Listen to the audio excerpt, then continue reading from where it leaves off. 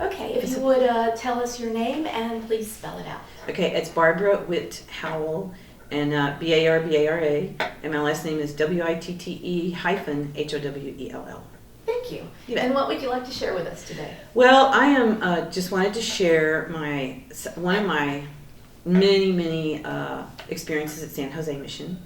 My grandmother moved into the mission, and I believe around 1937, into the walls. And then, may I just stop? I'm sorry to interrupt. What was your grandmother's name? Her name was Ethel Wilson Harris. And so the Harris house is which is there, but she lived in the walls first. And so when I was young, I remember going there, and we used to stay there a whole lot with her. And as I got older, I stayed a whole lot with her because she had a shop there, and she made tiles there. And the tiles were right next to where the shop was. The kilns were right next to where the shop was. And the shop is a cut through to the mill from, let's say, the church. There's a cut through that goes through there with some gates. And she lived right there at the cut through on the left. And there's like a patio there. And she had a little sign that said private because of all the tourists. And so when we would be out there, and that's where we had breakfast and lunch, was out in that patio, and there were bushes around there, but the tourists could still see you. So I used to think we were like monkeys, in the zoo, because we were out there and everything. But as we got older, we went up giving tours, because we were so many grandchildren of hers, and doing all kinds of stuff. But the biggest thing I remember is over at the mill. When my mother was older, my mother, not my grandmother, but my mother, she had Alzheimer's. And so on the weekends, I would take her to the mission because she would remember growing up at the mission, and it would bring her back. And I remember taking her over to the mill, and now they had docents, it's all real fancy, and they redid the mill.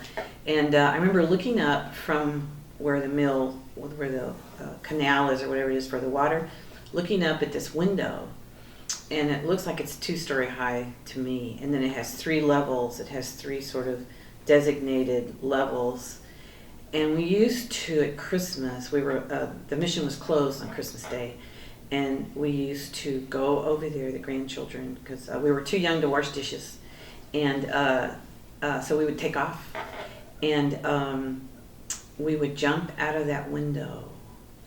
And the one who got the furthest out got 3 points, and the next was 2 and 1. And I look at that, and then it leads to the ditch where the water goes.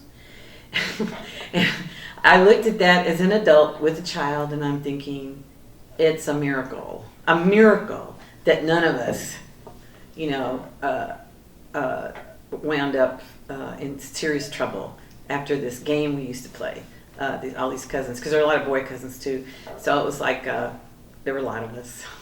So anyway, I just can't believe it now when I think about it that we used to do that. But it was that was when they had the productions. They had plays out there, so we were all a part of it. She had so many grandchildren, we all helped. And then every summer, one of us would, when we turned 16, she always had really great cars, and she would say, "Oh, let's go for a drive," and then we would drive her to wherever there was a national parks meeting, a board meeting in the summer. So she would lobby for the parks.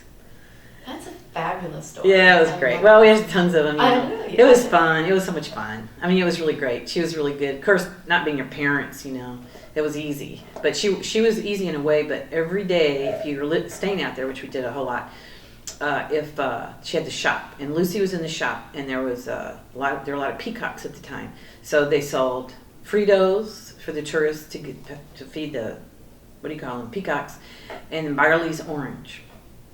So every day at 3 o'clock, you'd go in there, and if you were in trouble, Lucy would say, "Not today, boo-boo," that's my nickname. And that meant that something was wrong with you and your grandmother. So you just shaped up. But she never had to say a word. That was it. Wow. I know, right? That's great. It was so easy. It was fun.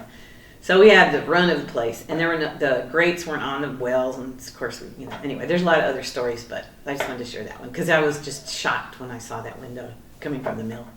Well, I think that's a great story. We used to fly out of there.